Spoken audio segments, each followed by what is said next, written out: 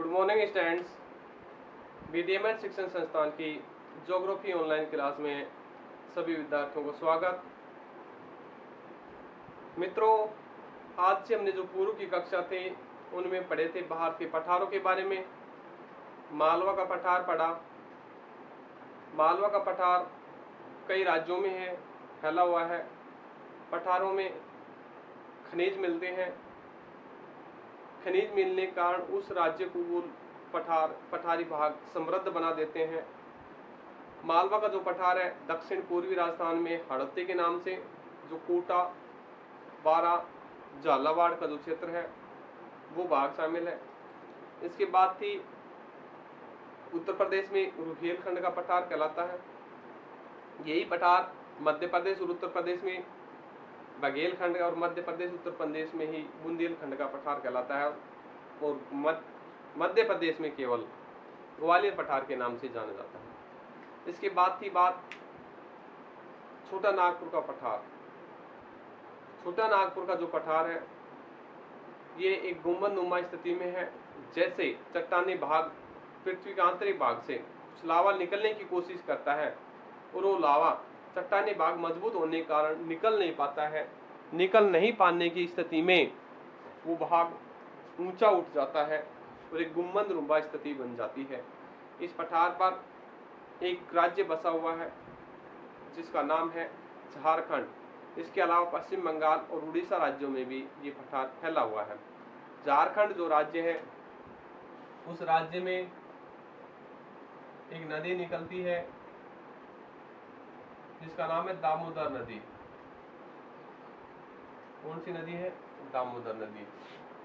दामोदर नदी द्वारा इस पठार को दो भागों में बांटा है,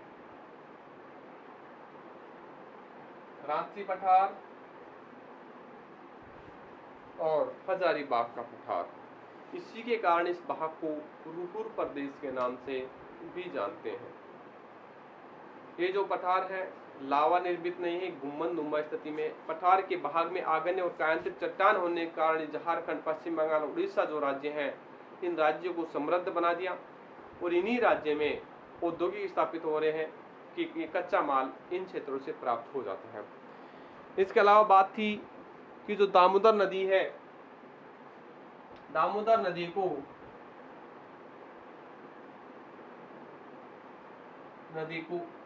पर एक परियोजना लागू की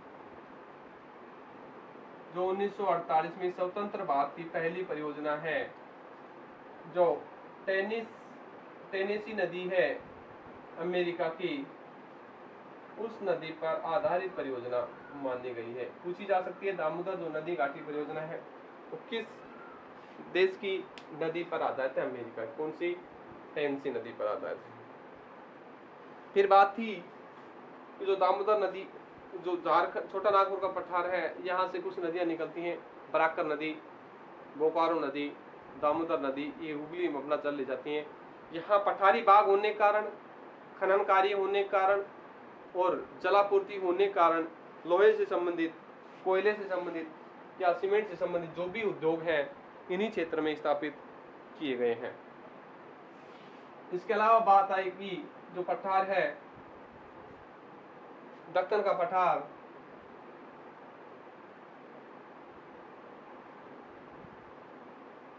अर्थात महाराष्ट्र,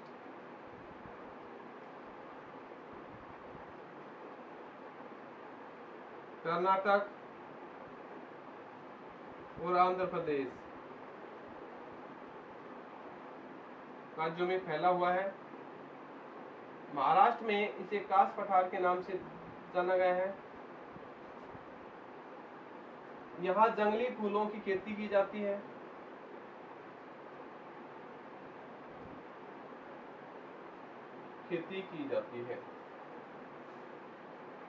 बात आती है दक्कन का पठार है ज्वालामुखी दरारी उद्गार से निर्मित है।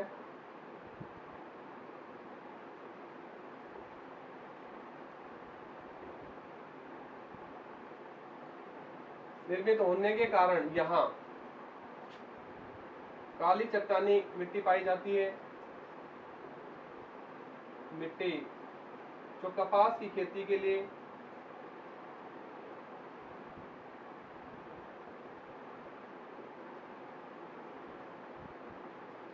भी लाभकारी मानी गई है, जिसे कपास की खेती को रेंगर मृदा भी मिट्टी भी कहा गया है। सुकास पठार है, जंगली फूलों की खेती के लिए प्रसिद्ध है होने के कारण इन्हें यूनेस्को ने विश्व विरासत की सूची में शामिल किया है।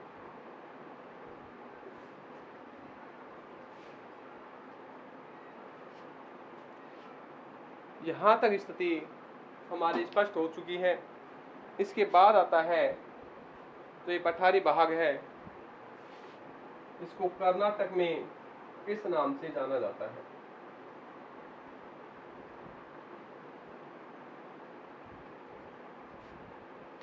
कर्नाटक में मैसूर पठार के नाम से जानते हैं। इसकी स्थिति यही है कि इसे मैसूर पठार के नाम से जानते हैं। आंध्र प्रदेश में जो पठार है, इस पठार की प्रमुख नदी है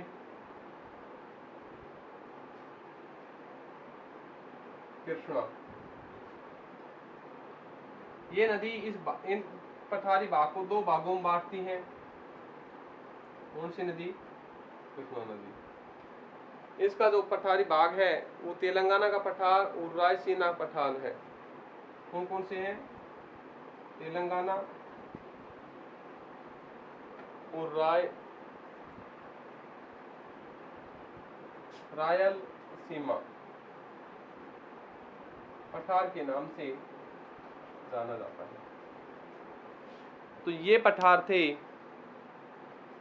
भारत के प्रमुख पठार, उनकी स्थितियां।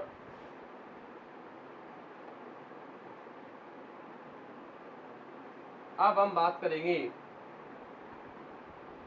पठारों की स्थिति हो गई, पठारों के कारण ही कोई राज्य समृद्ध हो पाता है, वहाँ के लोगों को रोजगार मिल जाता है।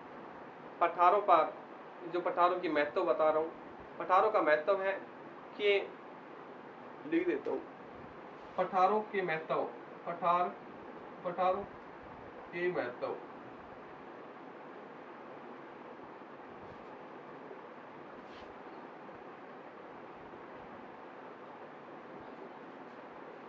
पठारों का महत्व है कि खनिजों की प्राप्ति का क्षेत्र होना,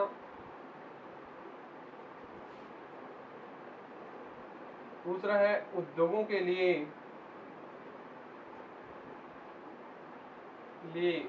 कच्चा माल प्रदान करना, तीसरा है लोगों को रोजगार दिलाना, चौथा है ऊपर से समतल होने के कारण आवास स्थापित करना, परिवहन मार्ग में बाधा न होना।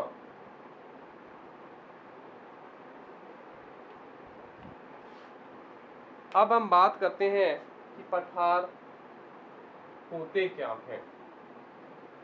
पठारों की जो स्थिति है वो किस कारण से हम कह सकते हैं कि ये पठार है, ये मैदान है, ये पहाड़ है, किस स्थिति में?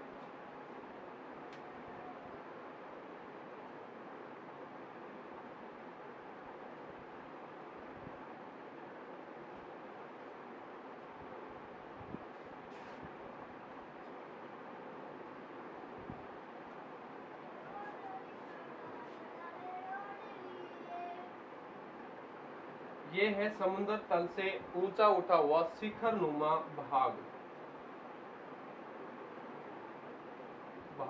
पर्वत,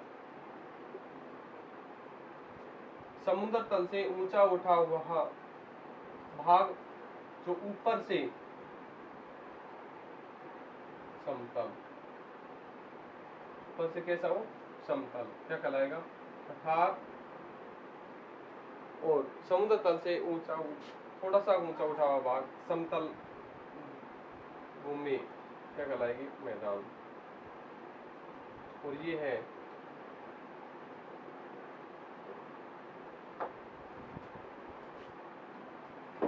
समुद्र तल, क्या है, समुद्र तल की स्थिति। तो दाने की जो ऊंचा उठा हुआ भाग, समुद्र तल से ऊंचा उठा हुआ भाग ऊपर से शिखर नुमा स्थिति में हो, पर्वत,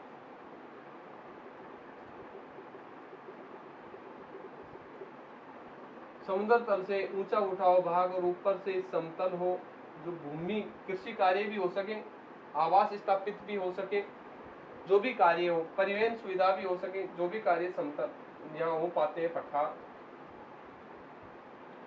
समुद्र तल से थोड़ा सा ऊंचा उठा हुआ समतल भाग भूमि मैदान सबसे ही उपयोगी माना गया है कृषि कार्य के लिए। और ये नीचे का जो भाग है ये जलीय स्तरीय है, और इसके बाद लेवल आता है, ये कहलाता है समुद्र तल। तो ये थी पठार की बात, पठारों के महत्व की स्थिति, उनकी जानकारी। हाँ, जिस भाग में आपको पहले बताया था पठार है, वो भाग काफी समृद्ध भाग होता है, क्योंकि वहाँ उस क्षेत्र में कृषि कार्य कर सकते हैं। इसके अलावा वहाँ खनन कार्य भी हो सकता है, उस क्षेत्र में उद्योग स्थापित किए जा सकते हैं, लोगों के रोजगार के साधन मिल जाते हैं। इनके अलावा परिवहन सुविधाएं उपलब्ध हो जाती है, काफी स्थितियां, और उपजाऊ मिट्टी काफी भूभाग पाया गया है।